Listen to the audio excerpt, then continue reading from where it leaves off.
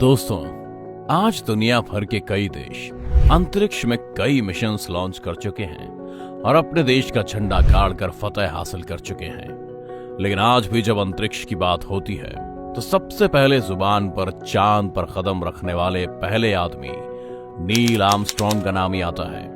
हम सब ये तो जानते ही हैं कि 16 जुलाई 1969 को नासा के द्वारा लॉन्च किए गए अपोलो 11 मिशन ने सफलता प्राप्त कर एक बड़ी ऐतिहासिक जीत हासिल की थी।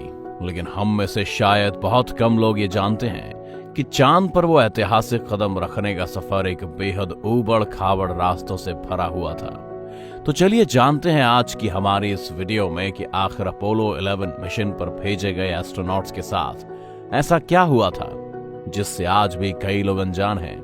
आज की वीडियो काफी इंटरेस्टिंग होने वाली है, तो इस वीडियो को अंत तक जरूर देखना।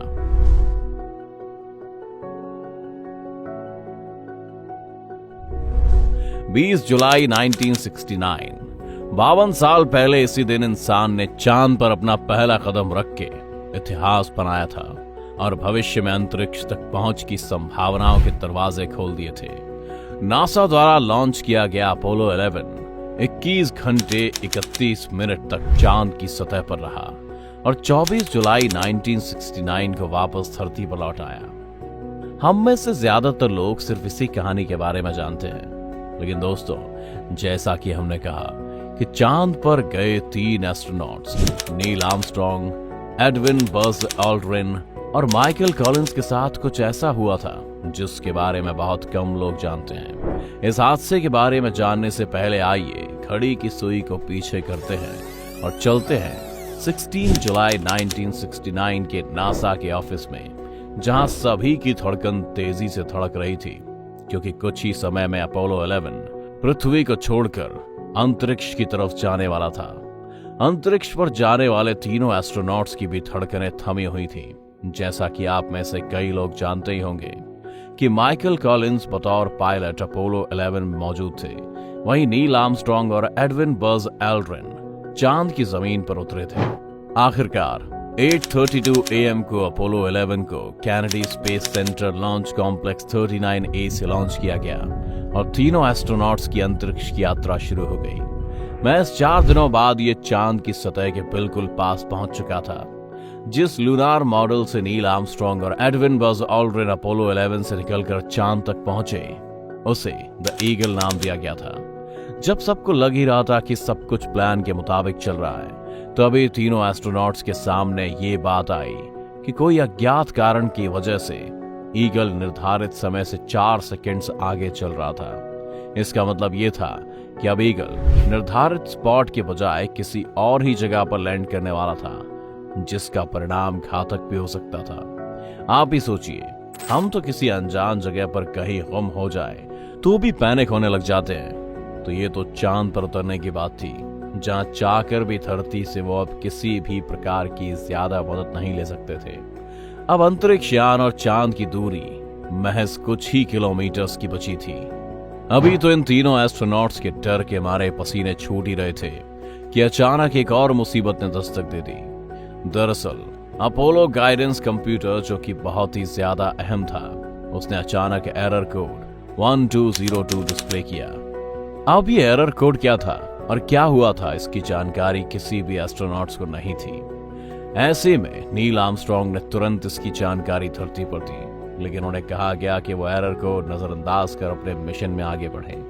हालांकि बाद में ये बात सामने आई कि रडार सिस्टम से ज्यादा कमांड्स आने की वजह से कंप्यूटर सिस्टम ओवरलोड हो चुका था और एरर कोड डिस्प्ले कर रहा था। एक और ये एरर कोड और दूसरी तरफ कुछ ही मिनटों में चांद पर लैंडिंग। ऐसे में नील आर्मस्ट्रांग ने हिम्मत और शांत दिमाग रखकर कंट्रोल्स अपने हाथ में लिए और ऐसी जगह स्पेस क्राफ्ट को लैंड करवाया जिससे सभी की जान बच सके। 20 जुलाई को 8:17 पर सही सलामत ईगल की चांद पर लैंडिंग हुई। नील आर्मस्ट्रांग ने इस जगह को ट्रैंक्विलिटी बेस का नाम दिया। यहां से ही उतरकर पहला कदम नील ने चांद पर रखा था और अमेरिका का झंडा बड़े ही गर्व से फहराया था। अगर ये सुनकर आप सोच रहे हैं कि चलो अब ये मिशन कामयाब हो चुका है और अब सब कुछ ठीक ही होगा, तो आप और एस्ट्रोनॉट्स दोनों गलत हैं। जब इन्हें भी ऐसा लग ही रहा था कि अब मुसीबतें खत्म हो चुकी हैं और अब सफलतापूर्वक वो अपनी धरती की यात्रा शुरू करेंगे, कि तभी कुछ ऐसी चीजें हुई जिसके बारे में जानकर आपके रोंगटे खड़े हो जाएंगे। लेकिन उसके बारे में जाने उससे पहले वीडियो को लाइक जरूर कर दीजिए और चैनल को सब्सक्राइब करना ना भूलें। चलिए बढ़ते हैं आगे। झंडा फहराने के बाद जब वो वापस गए तो उन्हें पता चला कि अब शायद वो कभी धरती पर नहीं जा पाएंगे और वो चांद पर ही फंस चुके हैं। दरअसल चांद पर कम टेम्परेचर होने की वजह से लैंडिंग के बाद ही स्पेस क्राफ्ट में मौजूद इंजन के फ्यूल पाइप में प्रेशर बढ़ चुका था और उसमें जमी नमी अब बर्फ में तब्दील हो रही थी।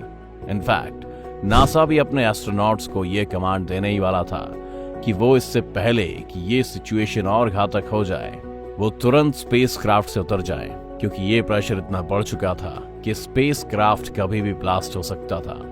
अब जरा कल्पना कीजिए, अगर ऐसा होता तो धरती पर वापस आना इनके लिए असंभव हो जाता और ये चांद पर ही अपनी आखिरी सांसें लेते। लेकिन जैसा कि हम जानते हैं कि चाको राखे साइयां मार सके ना कोई, इसे भगवान की मेहरबानी समझो या इनका अच्छा नसीब, कुछ समय बाद बर्फ पिघलने लगी थी और इसके चलते वापस फ्यूल पाइप का प्रेशर नॉर्मल हो चुका था। 2.5 घंटे चांद पर घूमने के बाद और स्पेस क्राफ्ट की ये मुसीबतों को सुलझाने के बाद अभी सबने चैन की सांस ली थी कि एक और मुसीबत सामने आ गई थी। स्पेस क्राफ्ट के एक हिस्से में लगी स्विच टूट कर नीचे गिर गई थी।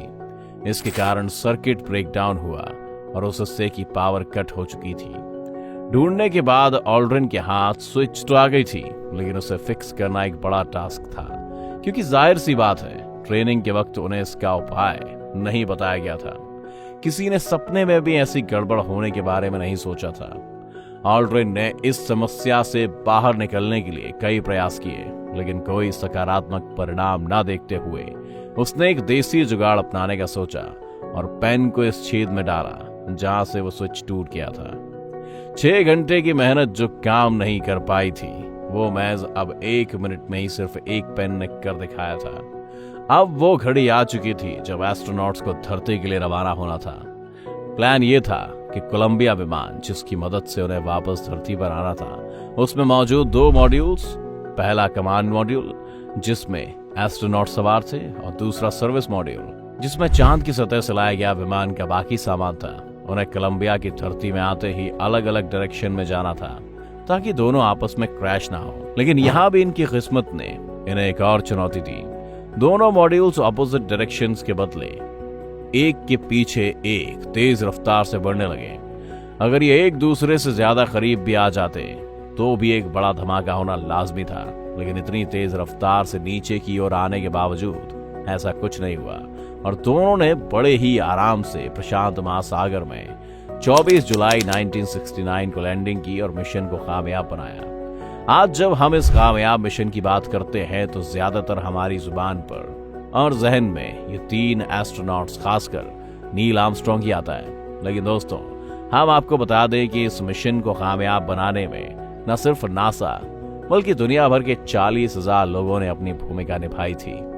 जहां एक ओर हमें अपोलो 11 के सक्सेसफुल मिशन की कहानियां इंटरनेट पर देखने को मिलती हैं और इनकी ये मुसीबतों का सफर सुनने मिलता है, वहीं कई ऐसी स्टोरीज भी मौजूद हैं